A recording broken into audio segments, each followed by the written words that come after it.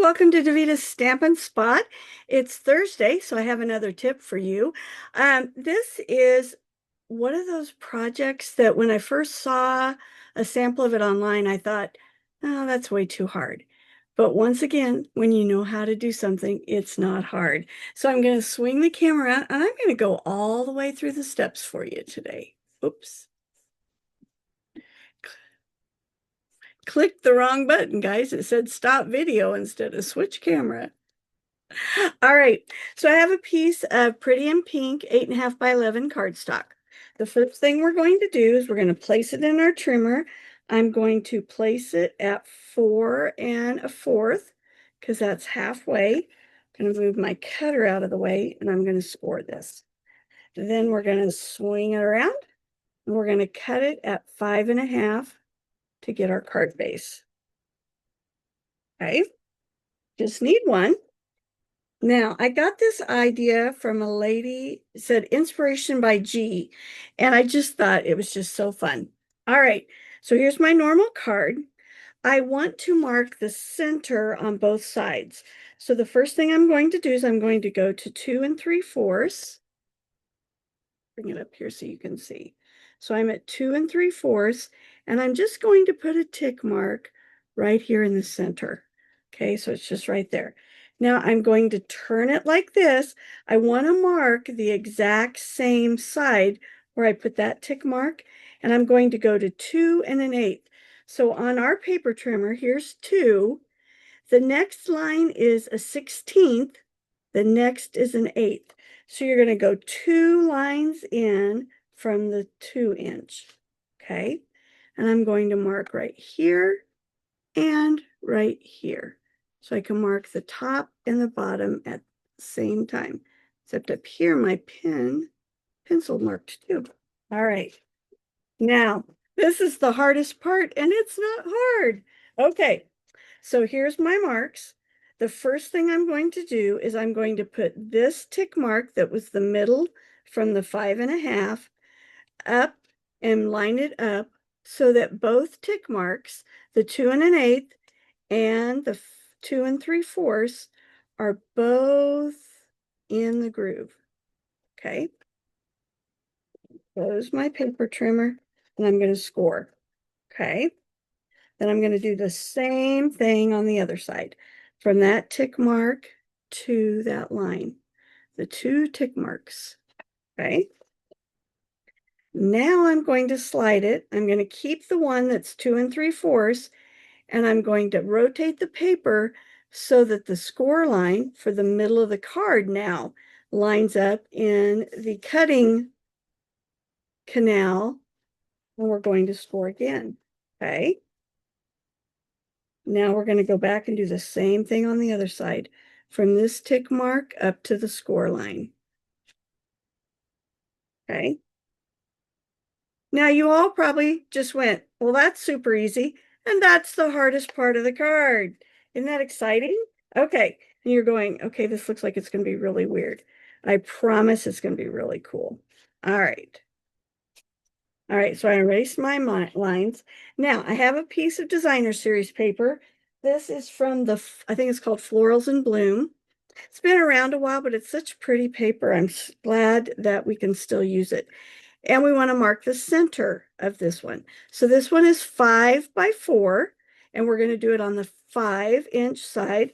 So that's going to be 2 1/2. Okay, so we're going to mark 2 1/2 right here. And I'm going to make sure this looks a little, yep, I got it right. I was worried I cut it wrong. Okay, and you want your tick mark for the bottom of the paper. I messed up on one of the cards I designed and I did it backwards. So here's my tick mark for the middle, and I've lined it up with the top point. And this time, instead of scoring, we're going to cut. Okay, and then we're going to rotate it. We're going to go from that tick mark to the other top corner, and we're going to cut. So we now have 3 triangles that are different shapes. All right. And then I realized I forgot to cut this. Hang on just a minute. I'm going to make this one 5 by 4, so I just need to trim off that edge. We're going to do the exact same thing. So we're going to go to 2.5, put my little mark, go from that mark to the top corner. Cut. Swing it around, do the same thing from the other side. Oh, that one moved a little bit on me. Paper slid just a little bit. All right. And that is all the cutting we need to do. All right. So now we're going to go back to our base. We are going to do the score line that goes from the half, our normal card. Okay, here's our normal card. We are going to fold the score line that goes from the longest one in and this one out. All right. So in and out. Then we're going to do the same thing over here, in and out. All right. You do need to burnish these really well. And what does burnish mean? It just means run your bone folder on those lines so that it lays down nicely.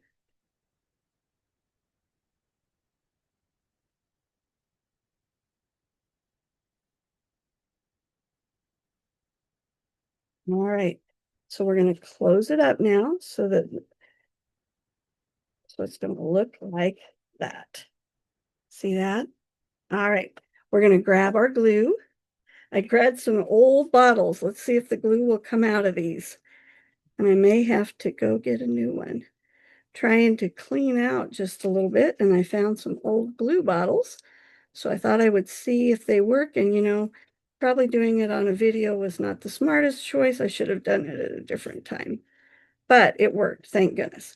You do need to be careful with your glue on the smaller piece because you don't want to get it on the front side. Okay. We're going to do the same thing over here.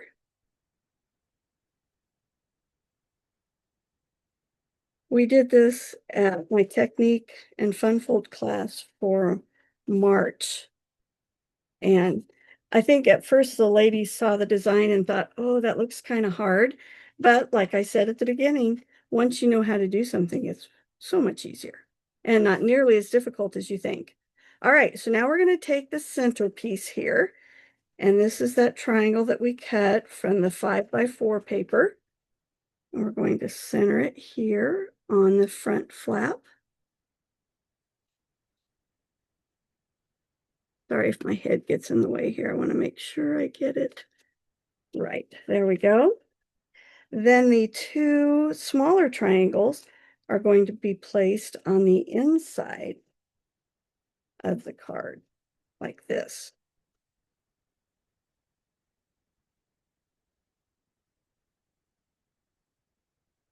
I fell in love with this design, and these are going to be my swap cards when I go to Long Beach for Stampin' Up! Meetings. A swap is where I design the same card and I make multiples of it, and then I swap it or exchange it with other people so I get their idea and they get mine. All right, so what I did here is I grabbed the Delightful Wishes set. I used this so much earlier when it first came out, and it's just been sitting in my bin, so it was kind of fun to pull it out and use it today. So I did the Wishing You All the Best, and this triangle is going to fit right in there. Okay. Now the lady yeah, you can see I stamped crooked. As I always tease the ladies at my class, when you flip it over and stamp again, you get more stamping. So I got more stamping on this card. The lady I learned this from, instead of cutting the triangle, I'll just show you at the end how she did it. All right, so that's going to go like that. Then I wanted something just a little bit more. So I took one of the gals at class last night, Teresa, suggested using the dark blue here for contrast. And so I'm using the Secret Sea along with the Pretty in Pink. And I'm going to stamp Thinking of You.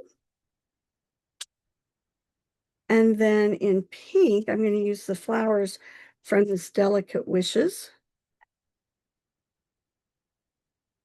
And when you do two-step, everybody's got their own way. I like to stamp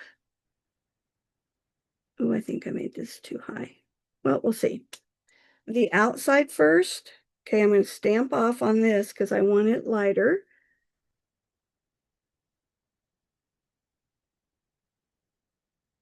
And then I'm going to stamp my flower. Oh, I should have stamped off even more. That still made it really dark. Oh, I was off camera. All right, well, I kind of messed up, so let's do it again. I'll grab a piece of paper here and we'll go up higher so you can see it. So I did Thinking of You in the Secret Sea. And then I'm going to do the outline of my flower. You know, we're going to do it this way. Usually I like to stamp and then punch out, but since I need to kind of know how much room I have for my flower, I'm using the 1 3/4 circle punch, by the way. And my flower fits in the top of that Thinking of You really well. All right, so I'm going to do this. And then line it up. Sorry for my head being in the way. And just put a little bit behind that. Then I'm going to take the 2-inch punch.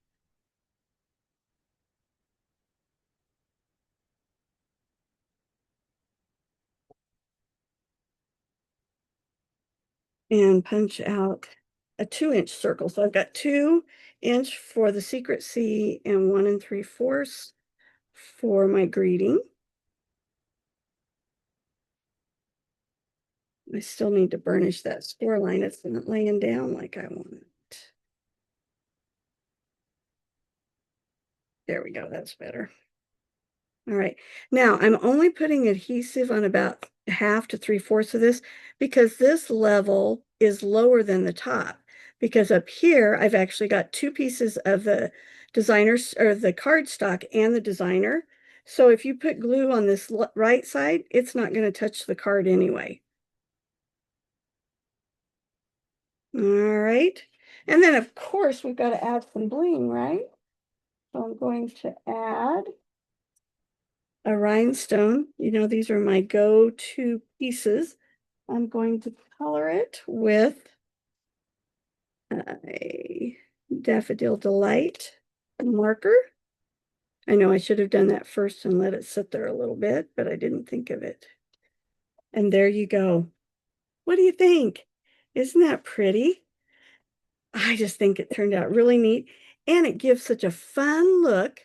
Also, if it's someone you don't want to write a lot to, you don't have much space. I always like that sometimes when I'm sending a card to someone and I just want them to know I'm thinking about them, but I don't have a lot to say. Hope you like this project. It was fun to share it with you, and I will see you later. Remember, if you need any products, I would love to help you out with that. I just realized I don't have my label up there. It's Davita Stampin' Spot. Hope to hear from you and have a great week.